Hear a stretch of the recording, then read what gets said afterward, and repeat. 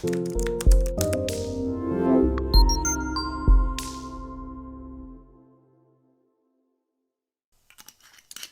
this is Bruce, and I am on staying in my home on quarantine.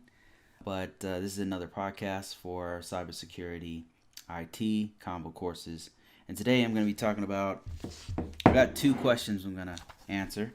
One is a Linux administrator to an information system security officer or a cybersecurity type position. I'm going to show you how to do that. That's kind of what you're looking at here if you happen to be watching me. And then we're going to talk about, somebody had a question about upgrading an OS in their environment. The organization is upgrading the OS, and they want to know like what controls that do you have to change for that.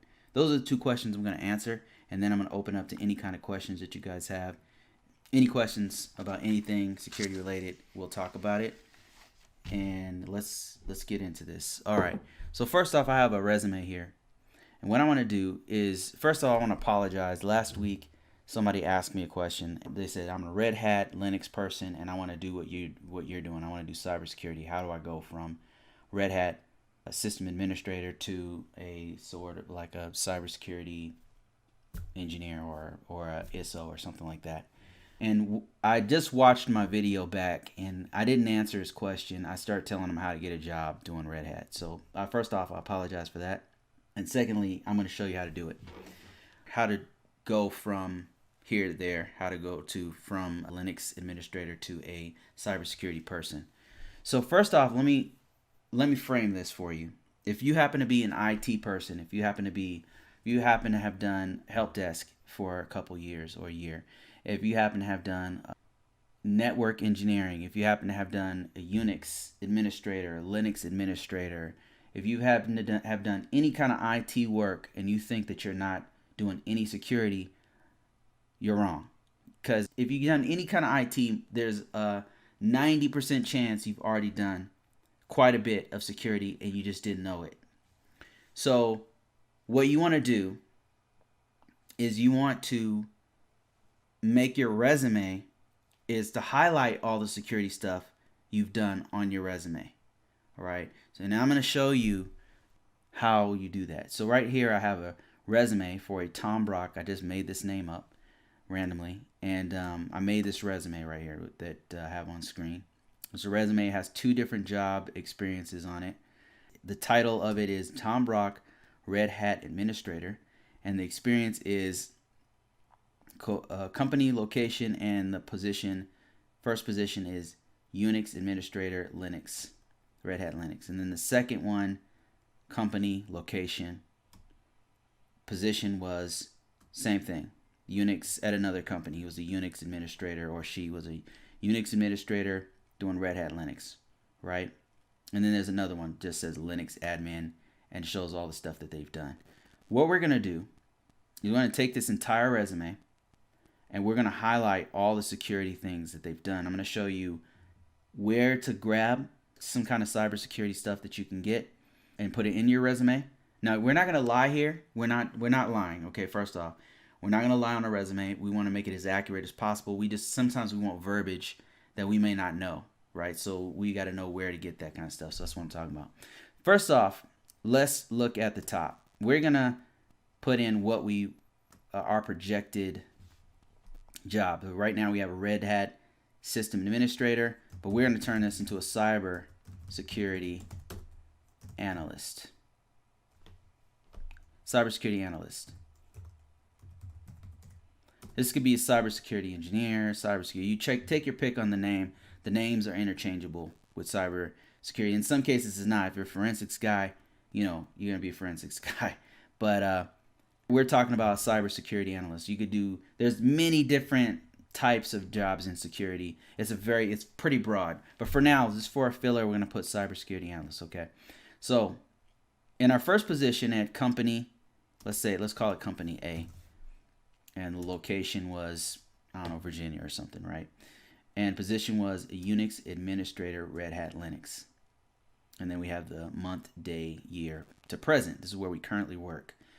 We're going to highlight all the security things we've done. Now, you may be asking, like, Bruce, like, what do you mean security stuff I've done? I'm a Linux guy. How would I?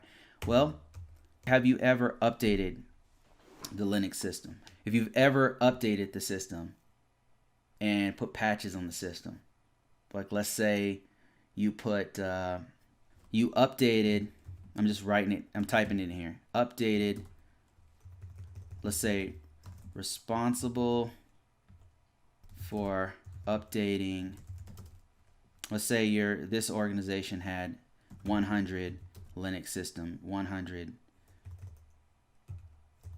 let's say the entire agency's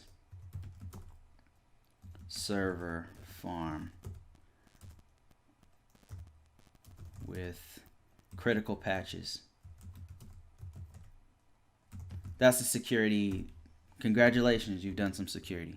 So you want to put that on the top of your resume. You want to put all security stuff on the top of your resume, right? Because you've done security before, you just need to highlight it, right?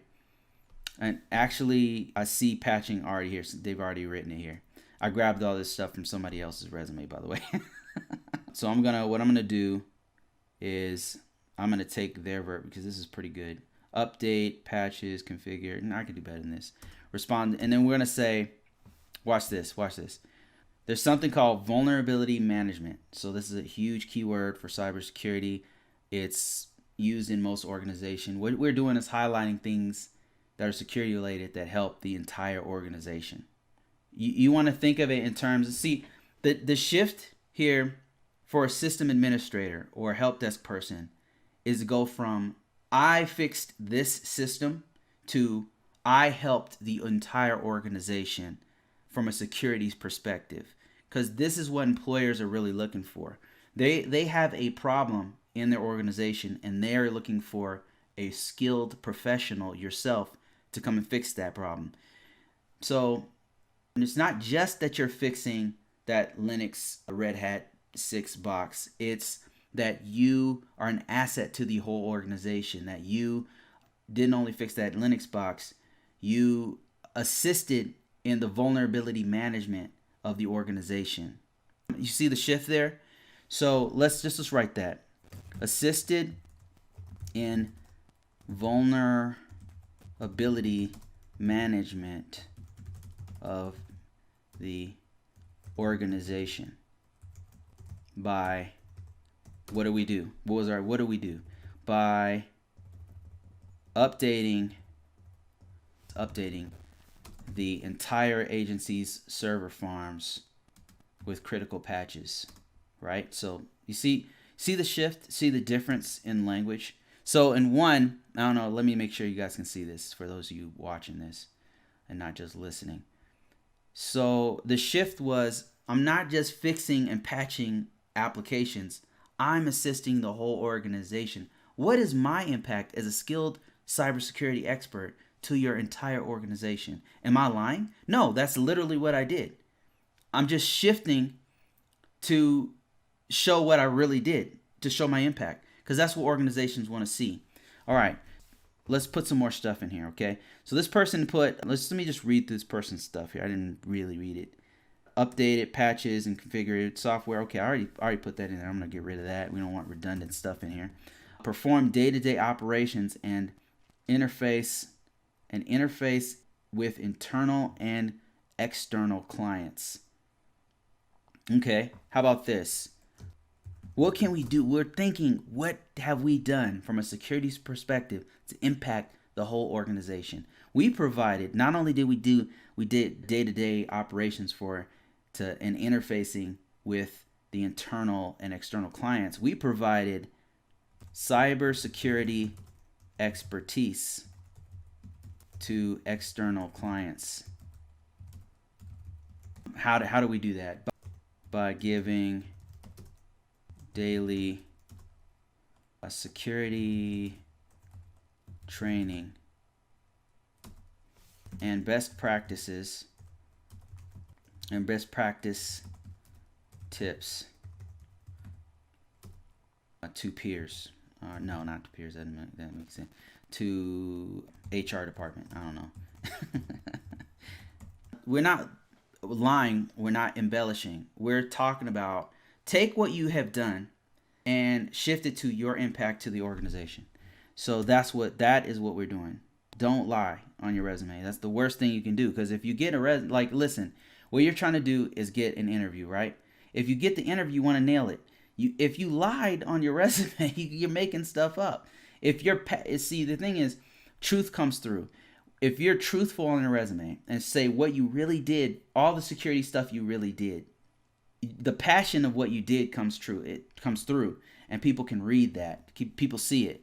So, what other security things have you done? Let me just take you on a little journey here. Let me show you something here. This is right. What you're looking at here is a family of security controls. Right now, this may not mean anything to you, but thing is, it does. If you're an IT person, you've done a lot of the things on this list.